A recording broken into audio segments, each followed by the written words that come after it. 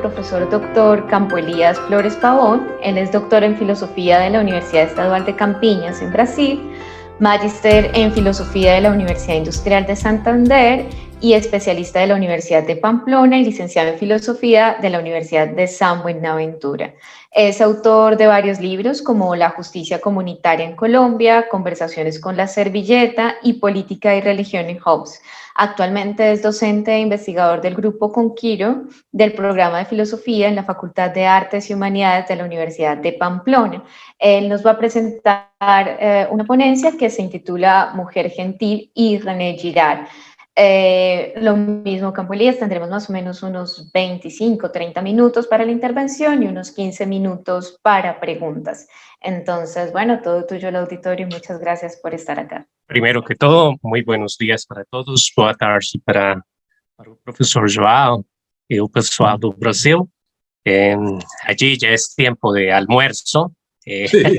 Veo a Tiago que estará pensando en el almuerzo. También ya es hora y todas las personas que están allí hay una pequeña diferencia horaria. Primero quiero agradecerle al profesor Luis Fernando Cardona. En la presentación yo no pude estar por problemas de internet. De pronto se puede caer en la señal. Ofrezco excusas si llegase a ocurrir esto. Yo estoy en un vilarejo en medio de los Andes, en Pamplona, en el norte de Santander, que espero que conozcan todos. Es un pueblo que es una tacita, una xícara de barro, ¿no? Es muy pequeño.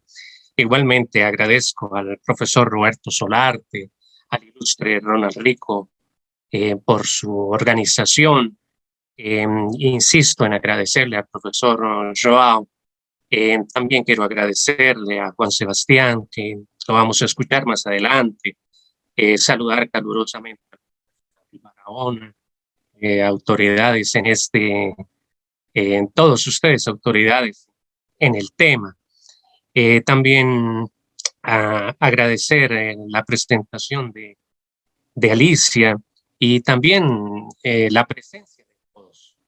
Primero, creo que eso es lo más importante, poderles agradecer y por el espacio de poder compartir acá. Bien, yo voy a dividir esto en dos partes. La primera va a ser hablada y la segunda parte espero allá y hacer alguna exposición sobre lo que quiero decir al respecto del pensamiento de Girard y la relación que podría haber con Dante Alighieri. Entonces, igual que como lo mencionaba el profesor João, yo lo digo con muchísima más sencillez, con muchísima más humildad. Yo no soy un experto, como lo pueden ser ustedes. Simplemente yo les quiero compartir unas reflexiones a partir de un verso de la página 218 del texto Mentira romántica y verdad novelesca en la editorial Anagrama, que es la que nosotros tenemos en español. Por allí en la página 218 es donde Girard menciona a Dante y lo menciona tangencialmente. Entonces voy a partir de esa reflexión y a partir de la reflexión de ese verso pues intentaré extrapolar las reflexiones en torno de una relectura de lo que Girard dice. Obviamente haciendo como un énfasis entre lo que es mimesis y mimética respecto del individualismo. En este sentido, creo que es justo tomar la obra de Proust, de Eugène-Marcel Proust. Yo creo que es justo tomar En busca del tiempo perdido. Yo conozco la versión en 7 tomos que hay del libro, aunque conozco también una edición catalana que está subdividida en 12 partes.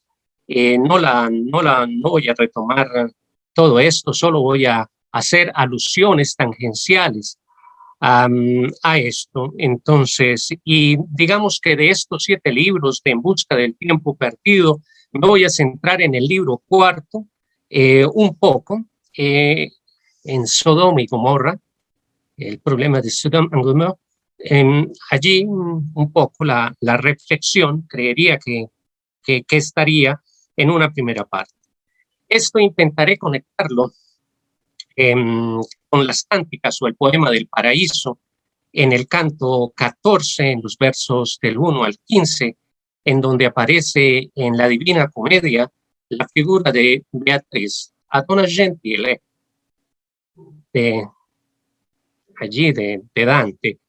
Y al mismo tiempo estaré pensando en la Vita Nuova, en el capítulo 14, el 19, donde también se hace una exposición de la figura de Beatriz. Entonces, creería que estaría finalizando, no sé hasta qué punto puede hacer este galimatías, porque no deja de ser una especie de relación mental con referencia a esto. Finalizando con la cántica o el poema del infierno en el segundo círculo del infierno, en el canto 32, en donde aparece una figura muy interesante, que es una mujer que ha sido condenada por su deseo. Intentaré, insisto, hacer esa relación. Bien, ¿qué contexto quiero retomar? Tengo 3 contextos para retomar en este aspecto. Entonces, el primer contexto, creería yo que es referido a lo que uno podría entender en Giga por el concepto de mímesis en lo novelesco respecto de lo relacional. Y ya el profesor Joao hizo la intervención sobre esto. Espero no repetir en muchas de las cosas que él expuso, porque curiosamente creo que se cruzará algún punto de vista con esto. Entonces, creería que el primer contexto está en esa parte de la mímesis en lo novelesco, relacional, en el sentido del amor caballeresco, ¿no? Entiendo acá el amor caballeresco de una manera ideologizada, ¿no? Apologizada por Dante, aunque ustedes saben que hay ahí un desfase de tiempo y uno no podría justificarlo, ¿no? Digamos que yo lo entiendo como un proto-Quijote, ¿no? O un movimiento proto-quijotesco, ¿no? En Dante, está mirando aquello que se ha adulcineado. Estas son expresiones que son mías, ¿no? No quijanesco. No estoy hablando propiamente de la figura de Adolfo Quijano, que se podría hablar necesariamente, sino que lo estaré manejando en ese sentido. Y creería que el segundo contexto tiene que estar mediado ya no en Girard, sino en Dante, en el sentido de estar en medio de la selva a la entrada del infierno o en disposición para entrar al infierno. Y curiosamente hay 3 animales que lo están rodeando en la selva a la hora de entrar en el infierno, ¿no? La onza, un león, el lobo, ¿no? El león, la loba allí, ¿no? Una especie de Luperta, pienso, de alguna manera, en sentido romano. Lo que yo entiendo allí sería una especie de incontinencia, de violencia y de fraude. Esos 3 animales que le están persiguiendo en medio de la selva, y de alguna manera Virgilio llega y le salva. O más que salvarle, le expone un camino que se debe recorrer. Y creería que esta discusión de lo mimético en un primer momento en Dante está en ese sentido, en un sentido de una incontinencia, de una onza, en esa perspectiva dantesca de entrada al infierno. Creería que la siguiente parte alude al segundo círculo del infierno, donde están aquellas personas que tienen o que han sido condenadas por su deseo. y un deseo de lujuria. Estamos hablando específicamente de esto. Creería que está allí. Y eso contrasta con la cántica primera eh, de la Divina Comedia, la cual tiene que apuntar al gran verso, al famoso verso de olvidad todos aquí los que entráis condenados, ¿no? De alguna manera se tienen que olvidar de todo aquello que les ha traído al infierno, y entre ellos el deseo. El problema es que en el verso 32 le pregunta a la condenada, ¿no? ¿Qué es lo que recuerda? Y ella recuerda el deseo. Y curiosamente, en la entrada del infierno se dice que eso se pierde y ella trasciende ese deseo. De allí que la figura mimética es muy fuerte, de alguna manera, desde la perspectiva de Girard, ¿no? En este sentido de la divinidad. Bueno, con esto quiero decir la primera cosa, pues concluyendo la primera cosa. Miren, yo no quiero obligar a decir o a obligarle a decir a Girard lo que él no dijo sobre la obra de Dante. Eso es una de las primeras conclusiones que yo quiero hacer. ¿Por qué? Porque es muy, muy difícil. Él tuvo múltiples exposiciones, obviamente conoció la obra de Alighieri, pero no hay una expresión o no hay unos escritos, yo por lo menos no los conozco propios, sobre esta disquisición. Y entonces uno se pone a pensar cómo hacer esa intervención, y yo la hago con temor y temblor. Yo la hago acá con algo de miedo, para no obligarle ni a Dante ni al maestro Girard a decir lo que no está escrito. Simplemente, entonces esa sería una de las primeras conclusiones que quiero hacer. Hay un contexto tercero en esta discusión que tiene que ver con los conceptos de la mediación interna, obviamente, y de la mediación externa. Respecto de quién sería el chivo expiatorio en la obra de Dante, desde esta perspectiva de Beatrice. Porque pues yo estoy sentando mi discusión en la Dama Gentil, que él conoce, y yo creería que ese chivo expiatorio es Beatriz en la obra de Dante Alighieri. Yo lo quiero presentar así, en un sentido antropológico, que es elevado en Dante, curiosamente, a la misma altura o a la misma categoría de las posiciones de Santo Tomás de Aquino, ¿no? Es un chivo expiatorio muy extraño para mí el que está proponiendo Dante. Y desde la perspectiva de Girard, ¿no? Estamos hablando de Dante, Girard, así, estamos hablando solo del contexto en un primer momento.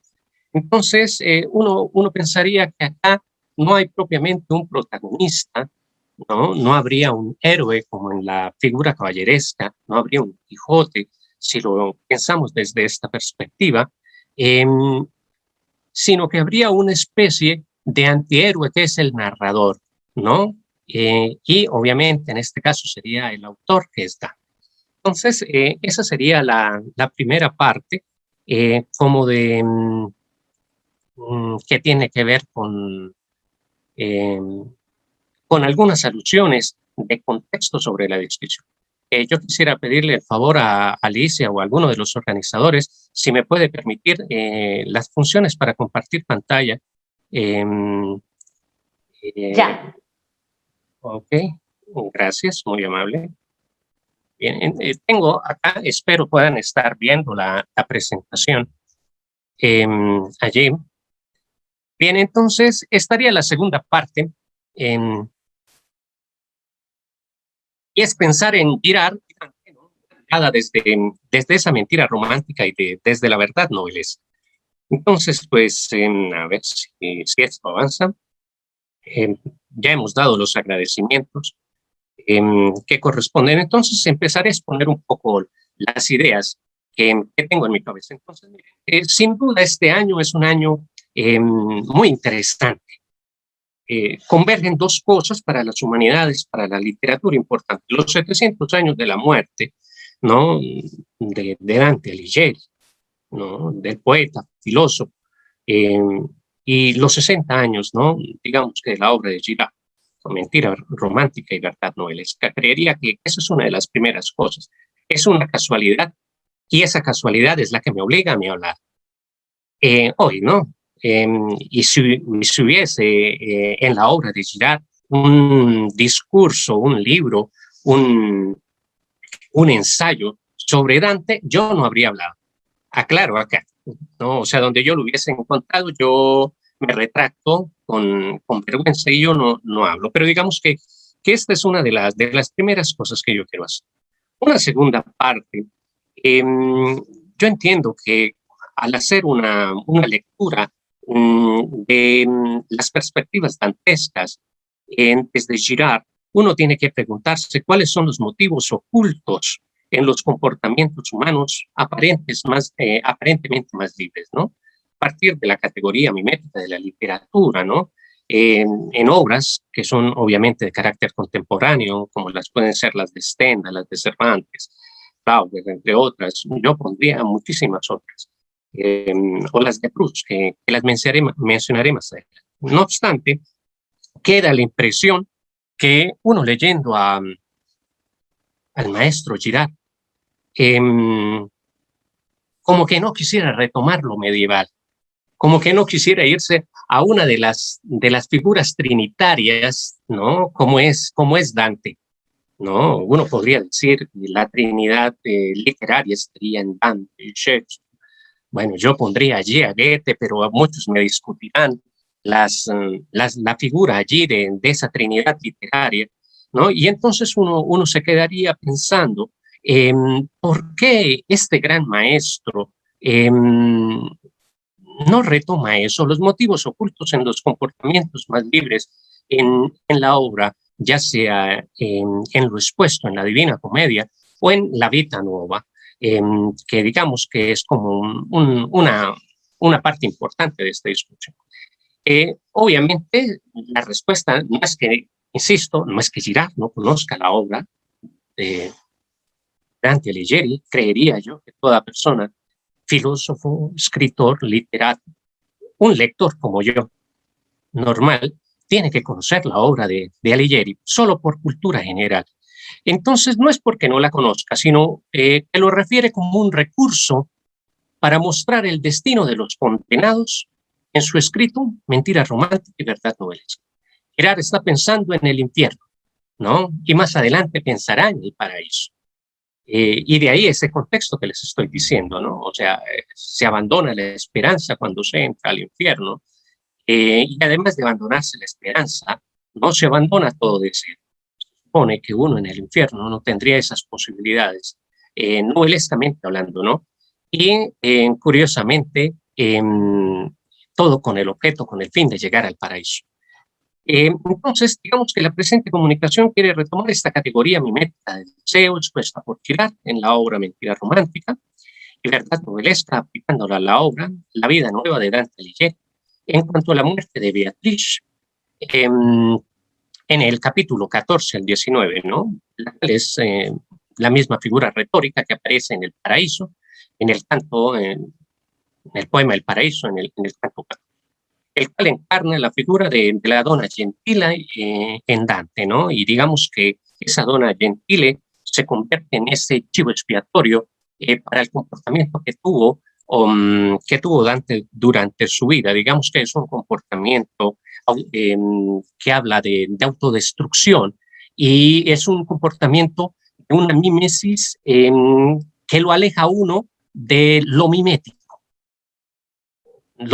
como constructivo, perdón, eh, la mímica como algo constructivo, lo mimético, ¿no? Como algo pasional que lo aleja a uno, ¿no? De esa realidad que se debe construir. Insisto, es muy interesante porque Dante es narrador, pero también es protagonista de esto y de alguna manera expuesta de su vida, tanto en la Divina Comedia como indiscutiblemente lo va a ser la Vita Nueva. Entonces, digamos que este deseo, ¿no? Parte de lo que le une a su amada, y de alguna manera va a ser ese chivo expiatorio para el comportamiento que lo hace atravesar el infierno, el purgatorio, hasta llegar al paraíso. Y el reconocer realmente qué es lo que es importante en la vida. Digamos que este paraíso de alguna manera habla de paz. En Dante es muy difícil hablar con las mismas categorías que habla Girard, porque la categoría de Girard está aplicada un poco el concepto de lo que serían los teóricos de la paz. En Dante es muy difícil, pero si hacemos ruido de la Divina Comedia, bien podríamos hablar de llegar al paraíso. De alguna manera es esa búsqueda que tiene Dante respecto a esa propuesta. Bien. Bueno, vamos a pensar y entrar en materia un poco más. ¿Qué refiere Girard en Mentira romántica y verdad novelesca sobre la figura dantesca? Específicamente, entonces, yo tendría que decir que en el capítulo 10 del libro, que trata sobre los problemas de técnica en Prusia, en Dostoyevsky, el autor continúa tratando el problema del deseo desde diferentes perspectivas y se enfoca, ¿no? Como lo hace Eugene Proust, en un objeto, ¿no? Como algo que nunca es el mismo, ¿no? Es un objeto que es cambiante, pero que aún así se quiere conocer. Y digamos que aparece la figura de Combray para el mundo exterior, o ese ejemplificado por Proust en Busca del tiempo perdido, en esta figura de una autobiografía, cuando él vivía en casa materna, ¿no? Y digamos que en esta obra, ¿no?, del tiempo perdido, muestra desde la perspectiva de Girard cómo se observan los objetos para analizarlos en el microscopio, ¿no? Porque son partículas muy pequeñas para poder recomponerlos. Y él quiere hacer esa vivencia, yo diría una especie de fenomenología, ¿no?, en el mismo escrito, que está retomando, partiendo de la figura de Combray, que es pues un poblado, y allí estaría ubicado esta añoranza por el tiempo perdido, que Proust va a tener a lo largo de estos 7 tomos del escrito. Digamos que proponiendo Girard, así hace Girard el movimiento para terminar en Dante. Entonces propone Girard 3 estadios principales del deseo metafísico, ¿no?, de la novela prusiana.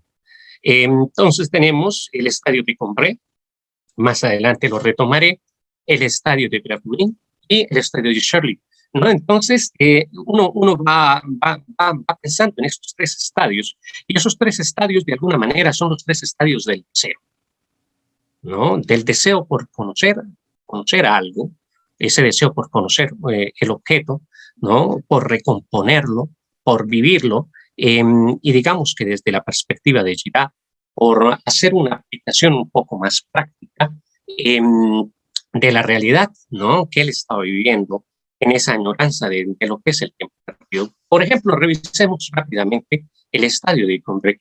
Entonces, yo quisiera decirles que es el primer volumen escrito de Proust, ¿no? Usted me va a la anterior diapositiva y va a decir, acá no está. Pues obviamente depende de la versión, insisto, estoy pensando un poco acá en la versión, en otra versión, donde están 12 apartados de la obra de Proust, y este camino de Combray aparecería como la primera parte del escrito de Marcel Proust, en Busca del tiempo perdido, en donde la infancia de Proust recreaba, ¿no?, una necesidad, ¿no?, de recordar un objeto en particular. Uno, el lugar, la casa, y el otro, la figura de una Magdalena. Yo no sé si me entienden la palabra Magdalena. La Magdalena es una galleta, una bolacha, una galletita que él tomaba con té. Y por eso hablo de una categoría, de alguna manera, de lectura de Proust fenomenológica en este sentido. Y es un deseo, ¿no?, de añoranza, de revivir y de reconstruir aquello que estaba presente en su vida, ¿no?, de niño. De alguna manera, esta obra, En busca del tiempo perdido, de Proust, también es una especie de autobiografía prusiana, pero bueno, yo no quiero entrar por ahí. Esto nos tiene que llevar o nos arroja desde la perspectiva de Girard al concepto de los armónicos del deseo. Es decir, cuáles son los intervinientes, ¿no?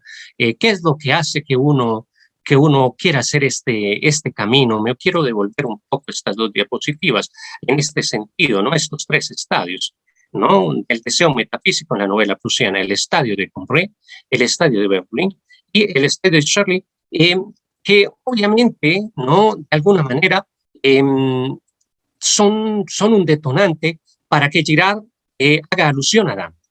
Y algunos de ellos pasan, ¿no?, a segundo plano.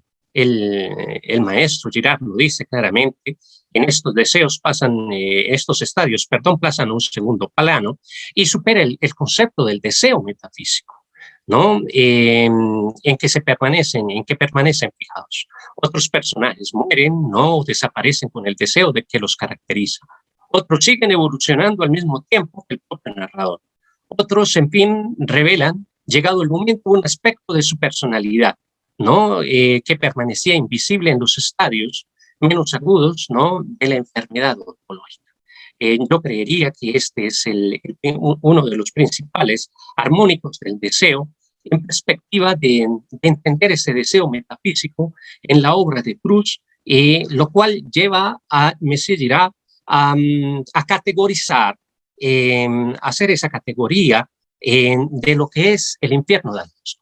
Digamos que en esa proposición de los estadios propuestos por Girard, se llega a la cuarta parte de En busca del tiempo perdido, y uno llega a lo que es Sodoma y Gomorra, ¿no? Y allí se presenta, ¿no?, específicamente lo siguiente, dice: en el caso de Saint-Luc, del príncipe de Guermantes, y de nuestros personajes que nos revelan su homosexualidad en los últimos volúmenes de Sodoma y Gomorra. Al igual que los condenados y los elegidos, ¿no?, de Dante en el infierno, siempre rodeado de seres que han practicado los mismos vicios o las mismas virtudes que ellos. El narrador no frecuenta nunca otros personajes que aquellos cuyo deseo presenta las más estrechas analogías con el suyo. Y entonces uno encuentra esta característica, es una cita literal de la obra del profesor Girard. Está entre la página 218 y 219 de la edición que les mencionaba. Y uno entiende que en el pensamiento de Girard, Dante es un recurso para el deseo, y un deseo, de alguna manera, que se debe espiar. Y por eso ese deseo que se debe espiar está en la entrada de la puerta del infierno, y después va a llegar a ese segundo círculo del infierno y tiene que tener todo ese trasegar que Dante va presentando, ¿no?, en los diferentes poemas, en la Divina Comedia, en las diferentes cánticas, hasta que se instala en el paraíso, y instalándose en el paraíso, de alguna manera, va a ser una alusión a ese deseo de superación metafísica. Ya no será un chivo expiatorio Beatriz en ese momento, sino que será otra figura diferente. Quiero acá recapitular un poco en el concepto de deseo metafísico, pensando un poco en las geometrías del deseo del profesor Girard. Entonces, yo creo que, en opinión de Girard, ese deseo mimético puede crecer hasta el punto que una persona puede eventualmente desear ser su mediador. Eso es indiscutible, ¿no? Y este mediador, en el caso de Dante, ¿no?, curiosamente, es Beatriz, ¿no? O sea, digamos que él está poniendo Beatriz en esa cima de sus deseos, y poniéndola en la cima de los deseos, quiere hacer de ella todo un motor para un peregrinaje, para un proceso de conversión. Si ustedes me permiten la palabra conversión es bastante compleja, pero de un mirar hacia otras perspectivas, partiendo de lo que es el deseo. Digamos que, como se mencionaba, es una publicidad, ¿no?, que es ilustrativa.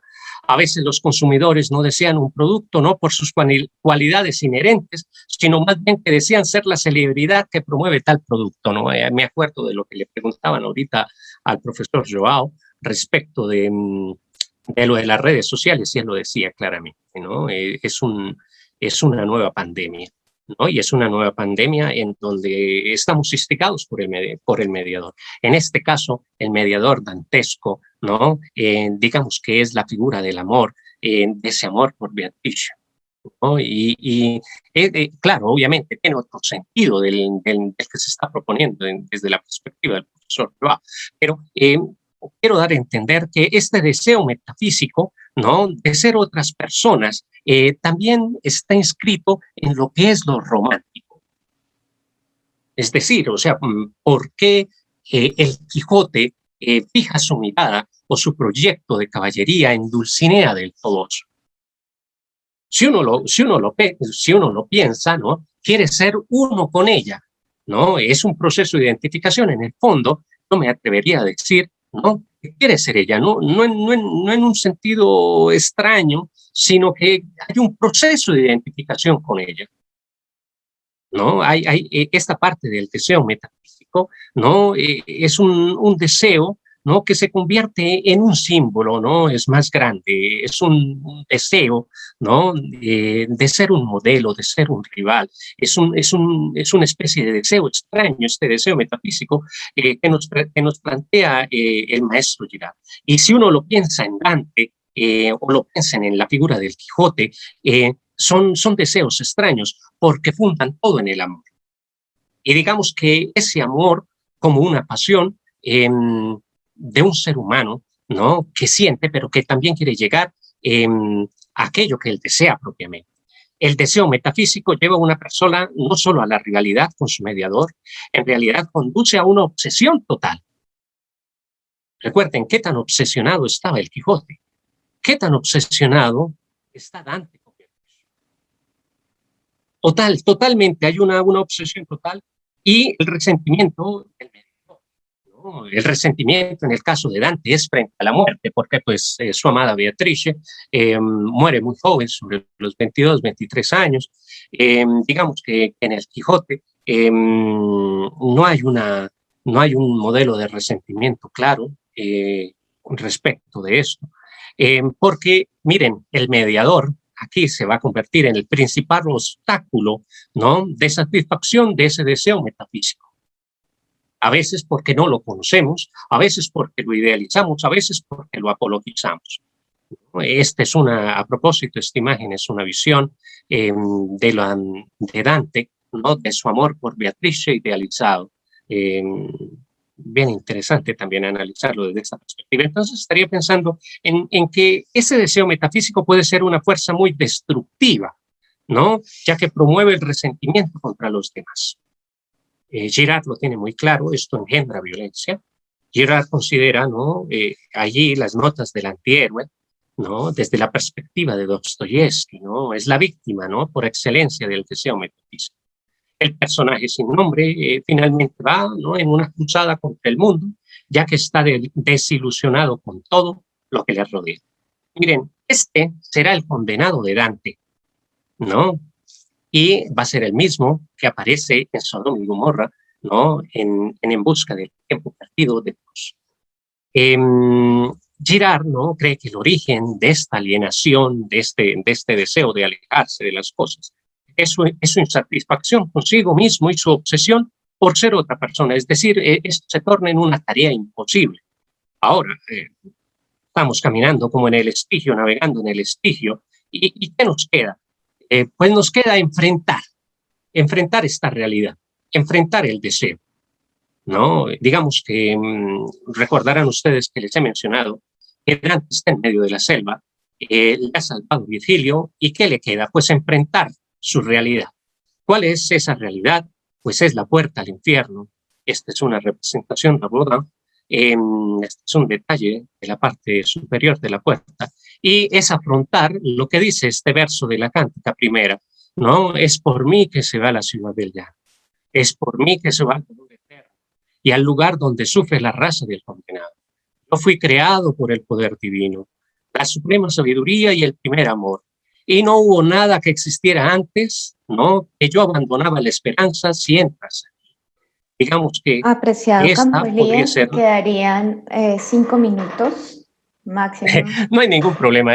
Perfecto. Hasta ahora voy en la diapositiva 14. Voy a finalizar. Quedan 5 minutos No, no te para poder afanes, dar no te espacio. afanes. Gracias. Muchas gracias. Muchísimas gracias por avisar. Bueno, quiero acá, para ir cerrando, pensando en lo siguiente. Digamos que Girard no se queda en el estadio, ¿no? En un estadio metafísico, sino que él quiere avanzar y quiere proponer el deseo en otro sentido, superando lo metafísico, para pasar de lo que es mimético a lo mímico. Yo lo entiendo en ese sentido. Y lo mímico como el sentido del deseo constructivo, ¿no? O sea, un deseo que puede construir. Y yo creo que en la obra de Girard, que estamos analizando, se cumple en lo que es el estadio de Charlis, la morada, ¿no? De la dona gentil, lo traduzco yo así, ¿no? La morada de Beatriz, la morada de esa Beatriz que ya está en el paraíso. El tercer estadio del deseo de Proust, ¿no? El de los últimos volúmenes no será pues, ¿no? El patrimonio exclusivo de Charles. La pasión del narrador por Albertine, concepto del amor, ¿no? Se parece mucho más a la pasión por Molière. Entre estas dos pasiones existe la misma relación de analogía entre el amor de Marcel y de los personajes burgueses, ¿no? Al estilo de Martin. Es bien interesante, ojalá tuviésemos tiempo para hacerlo. Acá estamos en busca del tiempo perdido, en el tomo número 5. Bueno, Charlie se convierte en esclavo de Morel, y de alguna manera es lo que le sucede a Dante con Beatrice. Digamos que en la Vita Nuova, Dante, en este libro, que no tiene más de, es muy corto, es muy breve,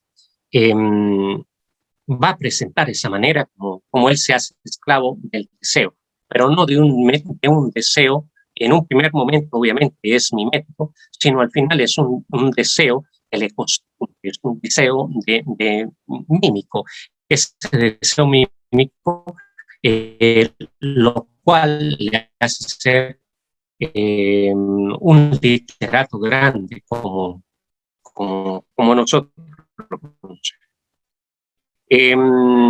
Vamos a pensar, yo considero que la dona gentile desde Girard tiene esta representación del último estadio, un estadio que supera el deseo metafísico, ¿no? Desde la perspectiva de Girard, por una alusión específicamente. En el cántico 14, en el verso 1, del 1 al 15 de la obra de Dante, dice lo siguiente: digo al callarse de pronto el alma gloriosa de Tomás, ¿no?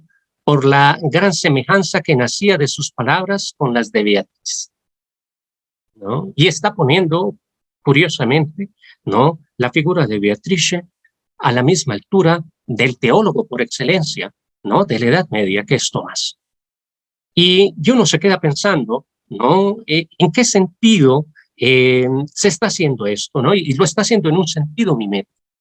En un primer sentido hay una especie de mímesis, quiere hacer una imitación. En el escrito de la Divina Comedia ya hay una alocución de Tomás antes y después, ¿no? Dante hace la imitación, ¿no? En un sentido constructivo y pone en el paraíso a su Beatriz, demostrando, ¿no? El proceso de construcción, obviamente, del deseo en sentido positivo, que puede tener la figura de Beatriz, ya no como chivo expiatorio en la obra de Dante. Bueno, acá quiero ir a esta es penúltima de diapositiva. Entonces, la pregunta que hacíamos al inicio dice lo siguiente: ¿cuáles son los motivos ocultos en los comportamientos humanos aparentemente más libres en la obra dantesca, la Divina Comedia? Entonces, yo respondería: los mismos vicios o las mismas virtudes que ellos. El narrador no frecuenta nunca otros personajes que aquellos cuyo deseo presenta las más estrechas analogías con el suyo. Un deseo mimético, puro, sin mediaciones. Los pensamientos dedicados a la imitación no prestan poca atención al hecho de que también imitamos los deseos de otras personas y dependiendo de cómo esto suceda puede conducir a un conflicto o a una rivalidad. En este sentido es la respuesta más profunda e instintiva que los humanos tienen entre sí.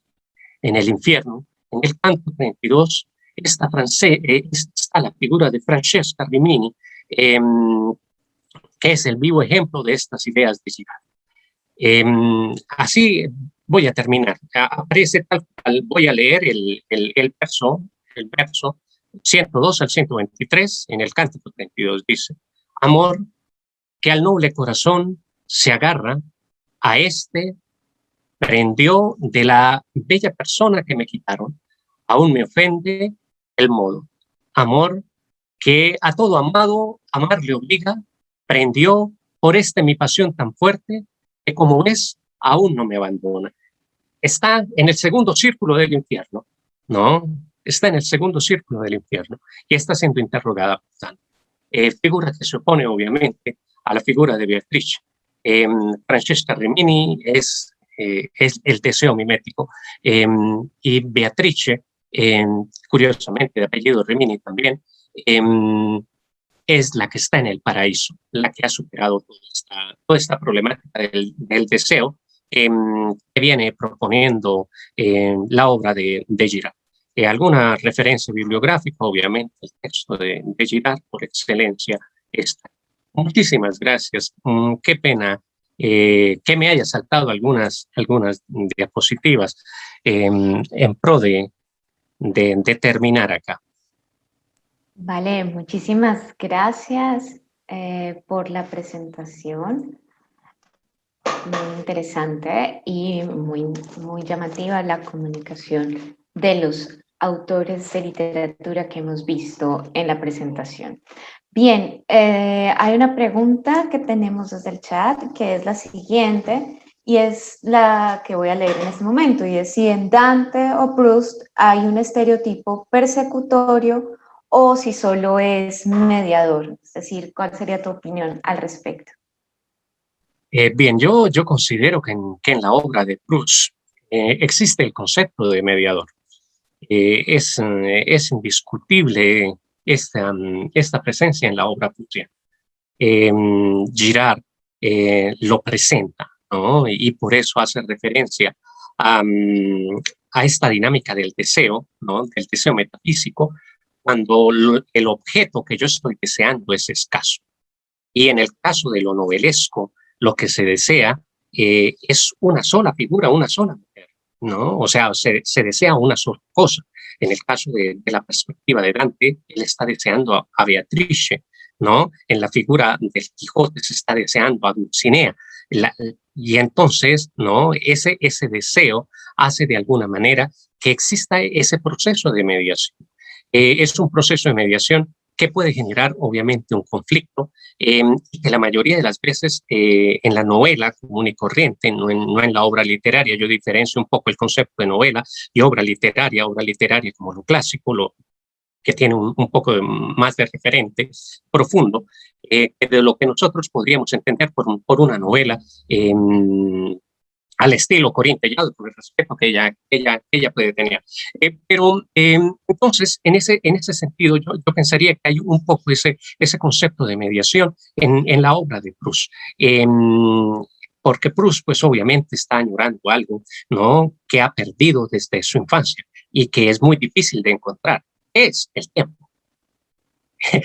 Proust ha gastado tiempo, ¿no? O sea, es por eso yo entiendo busca del tiempo perdido, es una especie de autobiografía de Proust. Proust está buscando un objeto que ha perdido y al final pues busca las maneras de recuperarlo.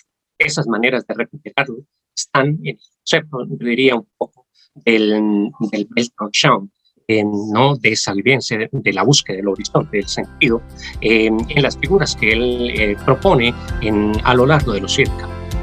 Indiscutiblemente pensaría que sí está el proceso de mediación.